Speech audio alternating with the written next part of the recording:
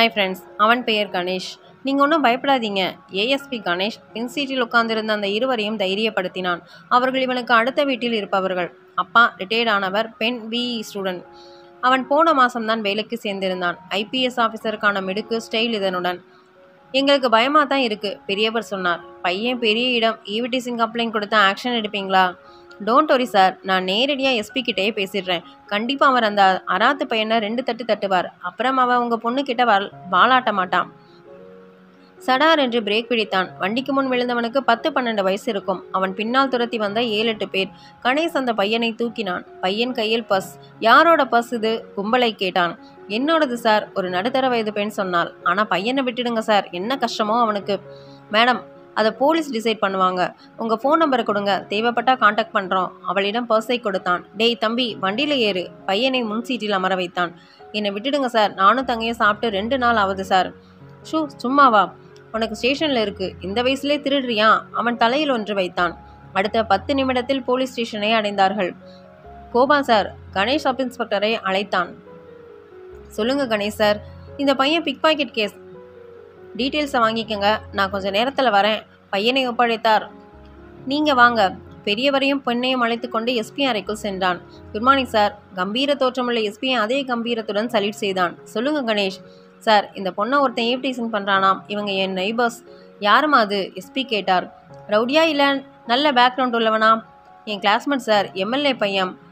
தினம் என்னை ஃபாலோ பண்ணி தொந்தரவு கொடுக்குறான். கணேஷ், அந்த பையனோட பேர் அட்ரஸ் எல்லாம் வாங்கிக்கங்க, எஸ்பி சொன்னார். நீங்கள் போயிட்டு வாங்க, வி வில் டேக்கர்.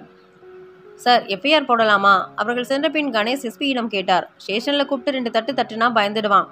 ஈவ்டீசிங் பெரிய விஷயம் இல்லை, லெட்ஸ் திங்க். கணேஷ் அதிர்ந்தான். சார், அவனை சும்மா விட்டால் இன்னும் பெரிய தப்பு ஏதாவது செய்வான்.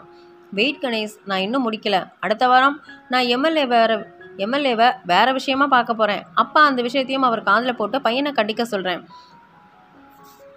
ஆஃப்டர் ஆல் பெரிய இடத்து விவகாரம். சார், அவனை பனிஷ் பண்ண வேண்டாமா? வேண்டாம், நிதானமாக தான் செயல்படணும். அவர் புன்சிரித்தார். போக போக இந்த மாதிரி கேஸ்களை எப்படி ஹேண்டில் பண்ணணும்னு நீங்களே புரிஞ்சுப்பீங்க. Okay sir. கணேஷ் வெளியே வந்தான். கணேஷ் சார், எஸ்ஐ கோபால் அவன் அறையில் நுழைந்தார். இந்த பிக் பாக்கெட் டீட்டெயில்ஸ் எல்லாம் வாங்கிக்கிட்டேன். எஃப்ஐஆர் போடலாமா? பையன் எங்க? டேய் வாடா. பையன் வந்தான். கணேஷ் அவன் காதை திருகினான். என்ன வயசுடா உனக்கு? 13 சார். வீட்டில் எவ்வளோ பேர்? நான், தங்கச்சி, அப்பா சார். அப்பா குடிகாரர் சார். நான் தினமும் ஏதாவது சின்ன சின்ன வேலை செஞ்சு சாப்பாட்டுக்கு வழி பண்ணுவேன். 2 நாளாக பெஞ்ச மழையில் வேலை ஒன்றும் செய்ய முடியல. வீட்டில் எல்லாருக்கும் ஒரே பசி சார், அதனால தான் பிக் பாக்கெட். இப்படித்தான் ஆரம்பிப்பீங்கடா, கோபால் சொன்னார். கொஞ்ச நாளில் பெரிய கிரிமினல் ஆகிடுவீங்க. கணேஷை பார்த்தார். சார், முளையிலே கிள்ளி எரிஞ்சிடணும். என்னடா ஜெயிலுக்கு போறியா? கணேஷ் கேட்டான். சார் வேணாம் சார். பையன் கண்களில் கண்ணீர். இனிமேல் சத்தியமாக இந்த மாதிரி காரியம் செய்ய மாட்டேன். கணேஷ் கோபாலை பார்த்தார். சின்ன பையன் சார், விட்டுடுவோம், பிழைச்சி போகட்டும். பையனை பார்த்தான். டேய், அடுத்த தடவை மாட்டினா நேராக ஜெயில் தான். போ வீட்டுக்கு.